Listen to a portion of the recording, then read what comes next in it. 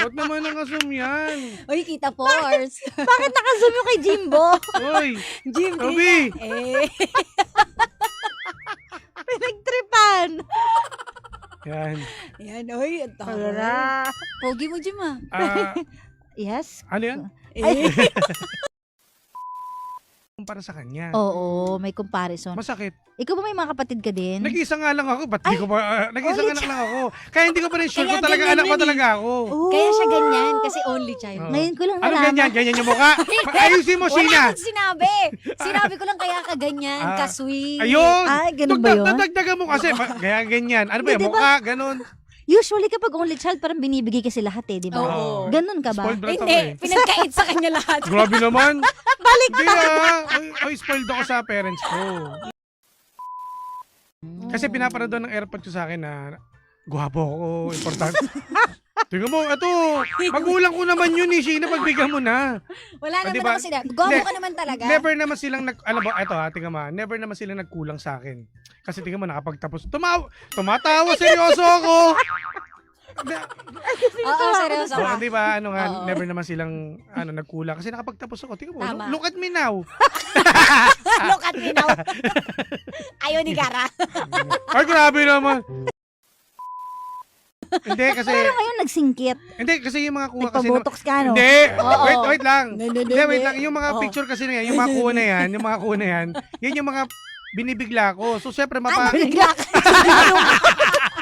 So, nabigla lumaki mata. Oo, kasi, sabi sa akin, ganun ako. Alam mo, kahit noon, sinungaling talaga to. Tingnan mo, totoo nga. O, sige nga, ba't ngayon? O, dumilat ka. Oo. O, ganun pa rin, singgit pa din. Singkit ka nga ngayon. Ano kaya nang ginawa mo? Baka siguro natatabunan ng taba.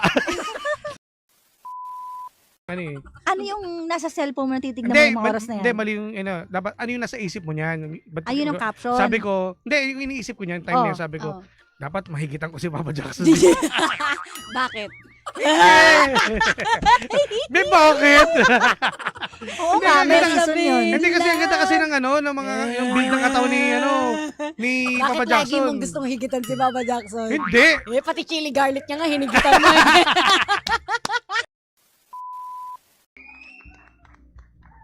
Ay nako, alio olio is yummy.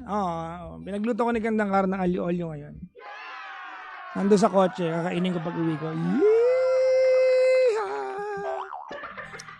Magandang gabi po sa lahat ng mga kapiling natin, anumang bahagi ng Pilipinas. So, di ba?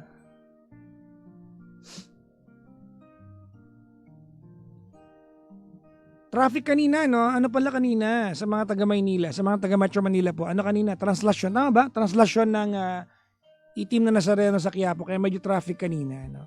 Ako ay na-traffic kanina, pero okay lang, chill lang ako sa traffic kanina, no? Tinulak mo siya, you've pushed him. There's nothing wrong going abroad and working hard. Mahirap ang trabaho ninyo, alam ko yan. Diba? Kaya nga takbo kong party list para sa mga OFW kasi kung mahirap ang buhay nyo eh. Boto mo ako ha. Yes Erlyn po. ha. Yes po. Oo. Diba? Ang pangalan ng party list ko ay Papa ng mga OFW. Wow. Medyo may mali siya. Pero okay siya, di ba? Papa ng mga OFWs. Ay! Gusto ko yun. When you're earning better than your husband, you have to be very careful. Because you can easily offend the guy. Mas malaki kita mo sa kanya. Mas marami kang pera. Tapos, it's as if dangling the money in front of your husband. Diba? Na makukuha mo lang to, pag ginawa mo tong gusto ko. Hindi eh. Ginawa mo siyang puppet mo eh. Pinangatawan na niya, hindi, gusto ko mag-farm. Okay, yung anak ko na nasusuportahan ko, mali siya doon. Dapat magbigay pa rin siya. Pero ikaw, binastos mo siya. Yun ang ginawa mo. Bastos kaya ginawa mo. Sobra. Papa Jackson, ano po meaning na emasculate? To deprive a man of his male role or identity. That's emasculation. No? Oo. Diba? In layman's term, tinanggalan mo siya ng yagbani. Alam niyo yun? Alam niyo yun? Ikaw ba nakita mo ng yagbani? Yung yung yung parang gabi. Ang dumi niya na. Pero mukhang masarap lutuin yan.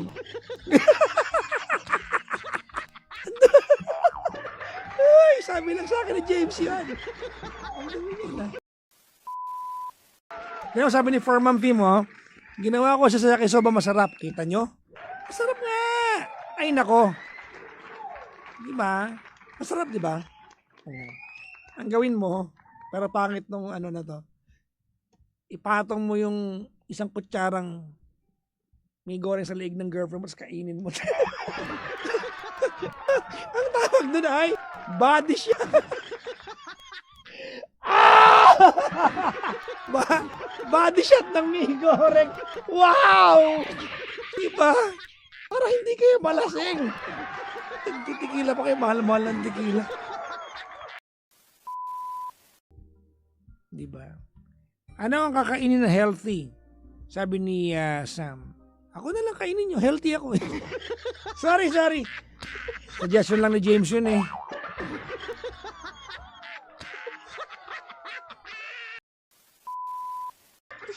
Ibig sabihin, kung kaya mong gawin to, in the future, kaya tayong guluhin ng kahit sino at maniniwala ka.